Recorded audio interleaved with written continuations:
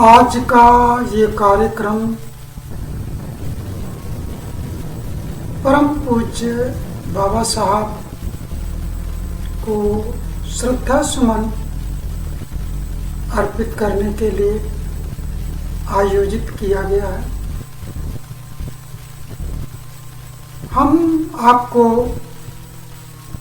स्मरण दिलाना चाहते हैं कि बाबा साहब का कार्य अधूरा है और इस कार्य को हम सभी को पूरा करना है।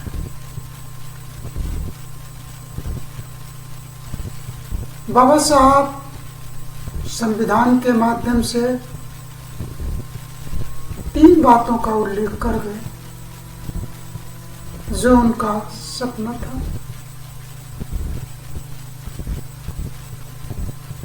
पहला, सामाजिक समानता, आर्थिक समानता और राजनीतिक समानता। व्याख्यान का वाचन करूं उससे पहले बुद्ध को नमन कर लिया जाए जिन्होंने मनुष्य को मनुष्य बनाया। नमो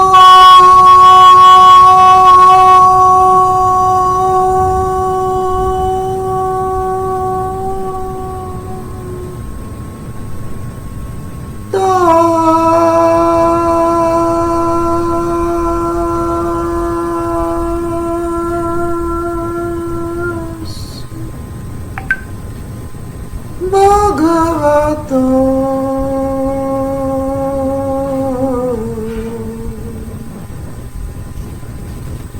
अरहतो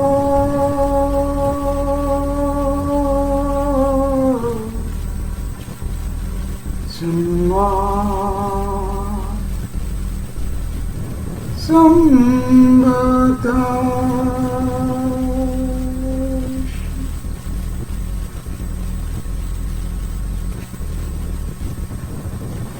बुद्ध वचन की आज की श्रृंखला में परम पूज्य बाबा साहब को श्रद्धा सुमन अर्पित करते हुए साथ ही इस सभा में आए समस्त प्रबुद्धजन, माताएं, बहनें, बच्चे, आज मैं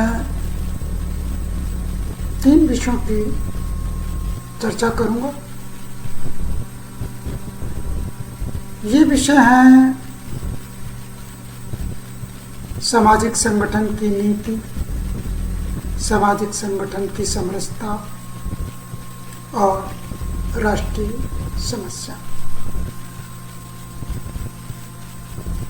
सामाजिक संगठन की नीति कैसी हो, ये एक लंबे समय से हमारे समाज में चिंता का विषय रहा है। मुझे मौका मिला अन्य समाज के संगठनों में कार्य करने का इसलिए उन्हीं बातों को मैं स्पष्ट करना चाहूँगा। किसी भी संगठन का अस्तित्व इस बात पर निर्भर करता है कि वह संगठन अपने समाज के सभी व्यक्तियों का सहयोग प्राप्त कर रहा है अथवा नहीं। यदि कोई भी संगठन अपने समाज के सभी व्यक्तियों का सहयोग प्राप्त कर रहा है तो निश्चय ही वह संगठन सफल है और वह समाज भी सफल होगा। हम 3 तरह के धन की चर्चा करते हैं। एक, धन जिसको धन के रूप में सभी जानते हैं, मुद्रा, पैसा, रुपया पैसा। दूसरा, बौद्धिक धन, ज्ञान के नाम से जाना जाता है। तीसरा, श्रम। श्रम भी एक धन है। जो समाज इन तीनों को प्राप्त करता है, जो सामाजिक संगठन इन तीनों को वैल्यू देते हैं, वह संगठन सफल होता है। मैंने सामाजिक संगठनों में ये पाया है कि ऐसे संगठन के सदस्य जो फुल टाइम संगठन को समर्पित होते हैं, वह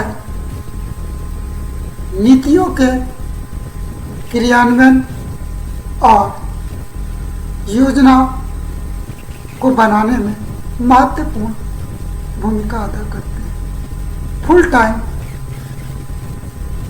वॉलंटियर अर्थात निःशुल्क स्वयंसेवक, ऐसे व्यक्तियों को संगठन के दोनों ही लोग सम्मान देते हैं, चाहे वे बौद्धिक व्यक्ति हों, ज्ञानवान व्यक्ति हों, क्योंकि उनके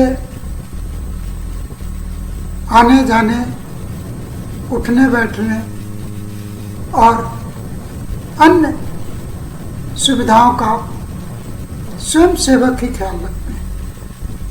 इसी प्रकार संगठन को जो धन देते हैं, उनके भी उठने बैठने एवं अन्य सुविधाओं का वही व्यक्ति ध्यान देते हैं जो संगठन पूर्णकालिक सेवाधारी होते हैं। ये लोग संगठन की नीतियों के क्रियान्वयन सहित संगठन के अंदर साफ सफाई आदि का भी ध्यान रखते हैं। ऐसे व्यक्तियों को श्रम को महत्व दिए जाने की आवश्यकता होती है। इनकी संख्या 1, 2, 3, 4 संगठन जैसा हो उस आधार पर कम और ज़्यादा हुआ करते हैं। ये फ्रंट ऑफिस के सदस्य होते हैं। सबसे पहले लोग इन्हीं से संपर्क करते हैं। इनकी अनुमति के पश्चात वह संगठन के अन्य पदाधिकारियों से या वरिष्ठ पदाधिकारियों से संपर्क कर पाते हैं। हमें ऐसे लोगों को सम्मान देना चाहिए और संगठन से जोड़ना चाहिए। तभी हम संगठन की नीतियों को सक्रिय रूप से राष्ट्र हित में, समाज के हित में क्रियान्वित कर पाए। अब दूसरा बिंदु लेते हैं, सामाजिक समरसता। अक्सर ऐसा पाया जाता है कि निंदा रस में डूबकर व्यक्ति कलेश उत्पन्न करते हैं। हमें निंदा से बचना चाहिए। हमें पल प्रति पल हर चौराहे, हर नुक्कड़ पर निंदा रस की बात नहीं करनी चाहिए। हमें आवश्यक हो तभी ऐसे मंचों पर अपने साथी सदस्य की बात को कहना चाहिए यदि उसके उसकी संगठन में किसी भागीदारी की आवश्यकता है। हमें सबसे पहले संगठन में अपने कंट्रीब्यूशन को ध्यान देना चाहिए। हमें इस बात का पूरी तरह से परित्याग कर देना चाहिए कि वो ऐसा करेगा तब मैं ऐसा करूंगा, आदि आदि बातों से संगठन में निराशा का माहौल बनता है, जिससे संगठन की प्रगति रुक जाती है। ये कदापि अच्छा नहीं। अब हम बात करते हैं राष्ट्रीय समस्याओं की, जिसके लिए मैं विशेष रूप से आमंत्रित हूँ। इस समय देश में बहुत से विषयों पर विषम स्थिति चल रही है। बाबा साहब ने बहुत से विषयों पर कार्य किया था। संविधान के माध्यम से वे 3 मुख्य विषय छोड़ गए: सामाजिक, आर्थिक और राजनीतिक न्याय। राजनीतिक न्याय में हम देखते हैं हमारे सभी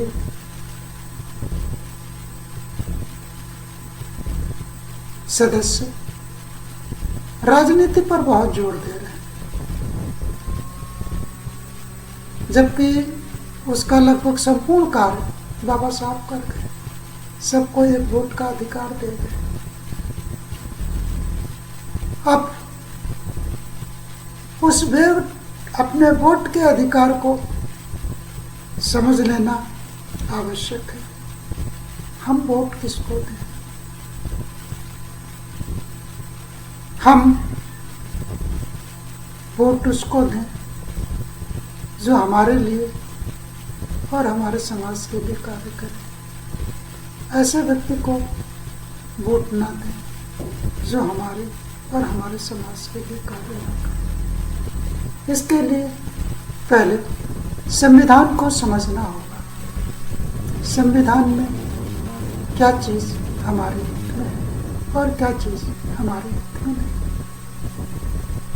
संविधान में बात कही गई है सामाजिक समानता की। जिस सरकार की नीतियां सामाजिक समानता के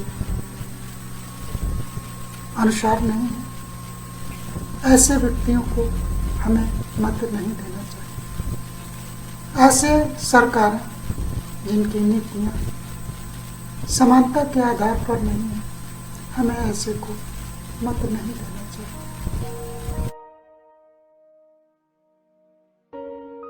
राजधानी दिल्ली, रात के 12 बजे थे। रात का सन्नाटा और अचानक दिल्ली, मुंबई, नागपुर में चारों ओर फोन की घंटियां बज उठी। राजभवन मौन था, संसद मौन थी, राष्ट्रपति भवन मौन था। हर कोई कश्मकश में था। शायद कोई बड़ा हादसा हुआ था। यह किसी बड़े हादसे या आपदा से कम नहीं था।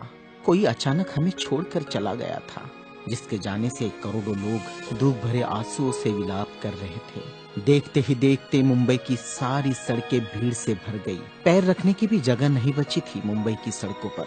क्योंकि पार्थिव शरीर मुंबई लाया जाना था और अंतिम संस्कार भी मुंबई में ही होना था।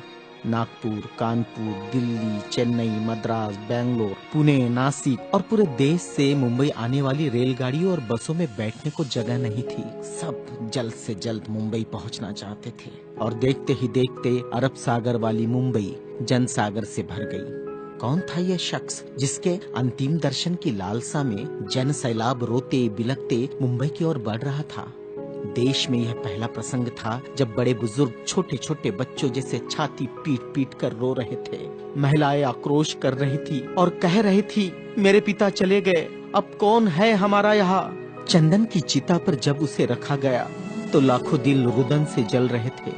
अरब सागर अपनी लहरों के साथ किनारों पर थपकता और लौट जाता, फिर थपकता, फिर लौट जाता। शायद अंतिम दर्शन के लिए वह भी जोर लगा रहा था। चिता जली और करोड़ों लोगों की आंखें बरसने लगी। किसके लिए बरस रही थी ये आंखें? कौन था इन सब का पिता? किसकी जलती चिता को देखकर जल रहे थे करोड़ों दिलों के अग्निकुंड? कौन था यह जो छोड़ गया था इनके दिलों में आंधिया? कौन था वह जिसके नाम मात्र लेने से गरज उठती थी बिजलियां, मन से मस्तिष्क तक दौड़ जाता था ऊर्जा का प्रवाह? कौन था वह शख्स जिसने छीन लिए थे खाली कासे इनके हाथों से और थमा दी थी कलम लिखने के लिए एक नया इतिहास? आंखों में बसा दिए थे नए सपने, ओठों पर सजा दिए थे नए तराने, धमनियों से प्रवाहित किया था स्वाभिमान अभिमान को, दास्यता की जंजीरें तोड़ने के लिए दिया प्रज्ञा का शस्त्र। चिता जल रही थी अरब सागर के किनारे और देश के हर गांव के किनारे में जल रहा था एक स्मशान। हर एक शख्स की आंखों में और दिल में भी जो नहीं पहुंच सका था अरब सागर के किनारे, एक टक देख रहा था वह उसकी प्रतिमा या गांव के उस झंडे को जिसमें नीला चक्र लहरा रहा था। क्या बैठा था भूख प्यास भूल कर अपने समूह के साथ उस जगह जिसे वो बुद्ध विहार कहता था। क्यों गांव शहर में सारे समूह भूखे प्यासे बैठे थे उसकी चिता की आग ठंडी होने का इंतजार करते हुए। कौन सी आग थी जो वह लगाकर चला गया था? क्या विद्रोह की आग थी या थी वह संघर्ष की आग? भूखे नंगे बदनों को कपड़ों से ढकने की थी आग? असमानता की धज्जियां उड़ाकर समानता प्रस्थापित करने की आग? चवदार तालाब पर जलाई हुई आग अब बुझने का नाम नहीं ले रही थी। धू धू जलती मनुस्मृति धुएं के साथ खत्म हुई थी। क्या यह वह आग थी जो जलाकर चला गया था वह? सारे ज्ञानपीठ, स्कूल, कॉलेज मरुभूमि जैसे लग रहे थे। युवा युवतियों की कलकलाहट आज मौन थी। जिन्होंने हाथ में कलम थमाई, शिक्षा का महत्व समझाया, जीने का मकसद दिया, राष्ट्र प्रेम की ओतप्रोत भावना जगाई, वह युगंधर, वह प्रज्ञा सूर्य काल के कपाल से ढल गया था। जिस प्रज्ञा तेज ने चेहरे पर रोशनियां बखेरी थी, क्या वह अंधेरे में गुम हो रहा था? बड़ी अजीब कश्मकश थी। भारत का महान पत्रकार, अर्थशास्त्री, दूरदृष्टा क्या दृष्टि से ओझल हो जाएगा? सारे मिलों पर ऐसा लग रहा था जैसे हड़ताल चल रही हो। सुबह शाम आवाज देकर जगाने वाली धुआं भरी चिमनियां भी आज चुपचाप थी। खेतों में हल नहीं चला पाया किसान। क्यों? सारे ऑफिस, सारे कोर्ट, सारी कचहरियां सूनी हो गई, जैसे सुना हो जाता है बेटी के विदा होने के बाद बाप का आंगन। सारे खेतीहर मजदूर, किसान असमंजस में थे। ये क्या हुआ? उनके सिर का छत्र छीन गया। वह जो चंदन की चिता पर जल रहा है, उसने ही तो जलाई थी जबरान जोत। मजदूर आंदोलन का वही तो था आधुनिक भारत में मसीहा। सारी मिलों पर होती थी जो हड़तालें, आंदोलन अपने अधिकारों के लिए, उसकी प्रेरणा भी तो वही था जिसने मजदूरों को अपना स्वतंत्र पक्ष दिया और संविधान में लिख दी वह सभी बातें जिन्होंने किसानों, खेतीहारों, मजदूरों के जीवन में खुशियां बखेरी थी। इधर नागपुर की दीक्षा भूमि पर मातम पसरा था। लोगों की चीखें सुनाई दे रही थी, बाबा चले गए, हमारे बाबा चले गए। आधुनिक भारत का वह सपुत्र जिसने भारत में लोकतंत्र का बीजारोपण किया था, जिसने भारत के संविधान को रचकर भारत को लोकतांत्रिक गणराज्य बनाया था, हर नागरिक को समानता, स्वतंत्रता और न्याय का अधिकार दिया था, वोट देने का अधिकार देकर देश का मालिक बनाया था। क्या सचमुच वह शख्स नहीं रहा? कोई भी विश्वास करने को तैयार नहीं था। लोग कह रहे थे, अभी तो यहाँ बाबा की सफेद गाड़ी रुकी थी, बाबा गाड़ी से उतरे थे सफेद पोशाक में, देखो अभी तो बाबा ने पंचशील दिए थे। 22 प्रतिज्ञाओं की गूंज अभी आसमान में ही तो गूंज रही थी। वो गूंज शांत होने से पहले बाबा शांत नहीं हो सकते। भारत के इतिहास ने नई करवट ली थी। जनसैलाब मुंबई की सड़कों पर बह रहा था। भारतीय संस्कृति में तुच्छ कहलाने वाली नारी, जिसे हिंदू कोड बिल का सहारा बाबा ने देना चाहा और फिर संविधान में उसके हक आरक्षित किए, ऐसी माँ बहनें लाखों की तादाद में स्मशान भूमि पर थी। यह भारतीय सड़ी गली धर्म परंपराओं के मुंह पर एक जोरदार तमाचा था, क्योंकि जिन महिलाओं को स्मशान जाने का अधिकार भी नहीं दिया, ऐसी 3 लाख महिलाएं बाबा के अंतिम दर्शन को पहुंची थी, जो अपने आप में एक विश्व विक्रम था। भारत का यह युगंधर, संविधान निर्माता, प्रज्ञा तेज, प्रज्ञा सूर्य, महासूर्य, कल्प पुरुष नव भारत को नवचेतना देकर चला गया।